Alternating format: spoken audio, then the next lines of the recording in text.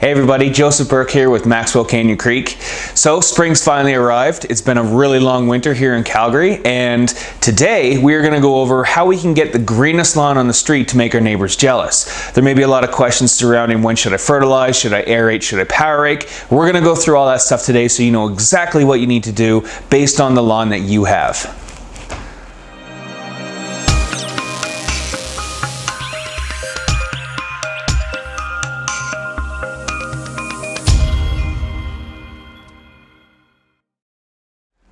So the first step is going to be a very important one. I've already seen it a lot. There are a lot of people outside right now and they're raking their lawns. And right now, so it's the middle of April, it's April 14th, and we've had enough heat that the ground has thawed out enough. However, I've seen people as far as 3 weeks ago and they were out raking their lawns. Don't want to be doing that. You're going to be ripping up the lawn and causing more harm than good. So wait till that ground has thawed and then you can rake off the debris that's fallen from the fall. Then what you're going to want to do is do some fertilizing. Typically, when you're going to fertilize early spring, you want to have a high middle number. Now those numbers mean nitrogen, phosphorus, and potassium. The phosphorus is that middle number, and that's going to promote deep root growth for your grass, which is going to make your grass more strong throughout the summer. So get that early deep root growth as it's starting to grow, and get that fertilizer down early.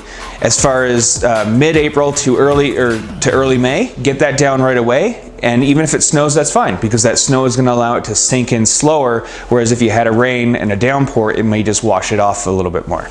So get that down first, look for that high middle number on your fertilizer, and that'll be your step one. Step two on your path to having the greenest lawn on the street would be to look at either aerating or power raking. So, aerating, should you do it? Typically for aeration, you want to do it on a yard that has high traffic, or the ground is hard to compact, or if it kind of feels like it's spongy, which means that it dries out quite quickly. Because when you aerate, you're going to be poking holes in the ground, and that allows for water, nutrients, and air to get down to the grass roots and stimulate that deep root growth.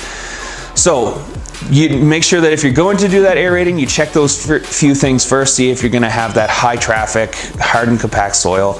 If that is your lawn, go for it, do the aerating. Power raking. Power raking you want to do if you have a lot of thatch. So thatch is organic material that has settled over time onto your lawn, whether it's grass clippings, leaves, anything of that matter, that has settled down in around the grass root plant.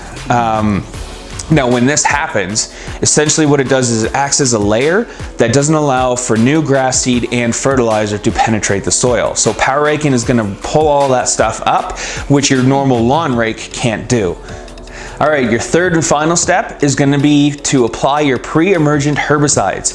Now essentially what this does is it's going to kill off any crabgrass or dandelion growth prior to them actually starting to germinate. So you want to get rid of that and kill them before they start to germinate. The way that you're going to know how to do this is grab a soil thermometer. You can get one for about 10 to 20 bucks, and you want to see if your soil has reached the temperature of about 58 degrees Fahrenheit. So once it hits that temperature, you know that you're in the right time frame to be hitting that pre-emergent herbicide onto your lawn. So hit that right away as soon as that temperature hits in your soil.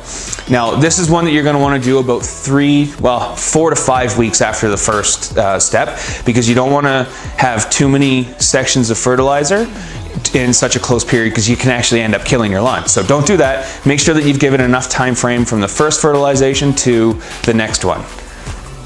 So those are some quick and easy tips on how to get your lawn to be the greenest one on the street.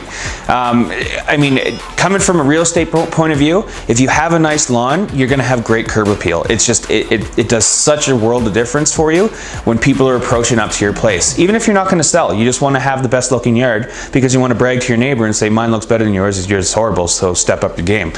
If you are really interested in finding out how to do some more of this, click on the link below and you can get this free PDF. It's going to show you exactly what to do. And yeah, I hope that this has been helpful for you. My name is Joseph Burke with Maxwell Canyon Creek. If you or anybody you know is looking to buy or sell real estate in the Calgary area, please give me a call at 403-589-8982. Have a great day.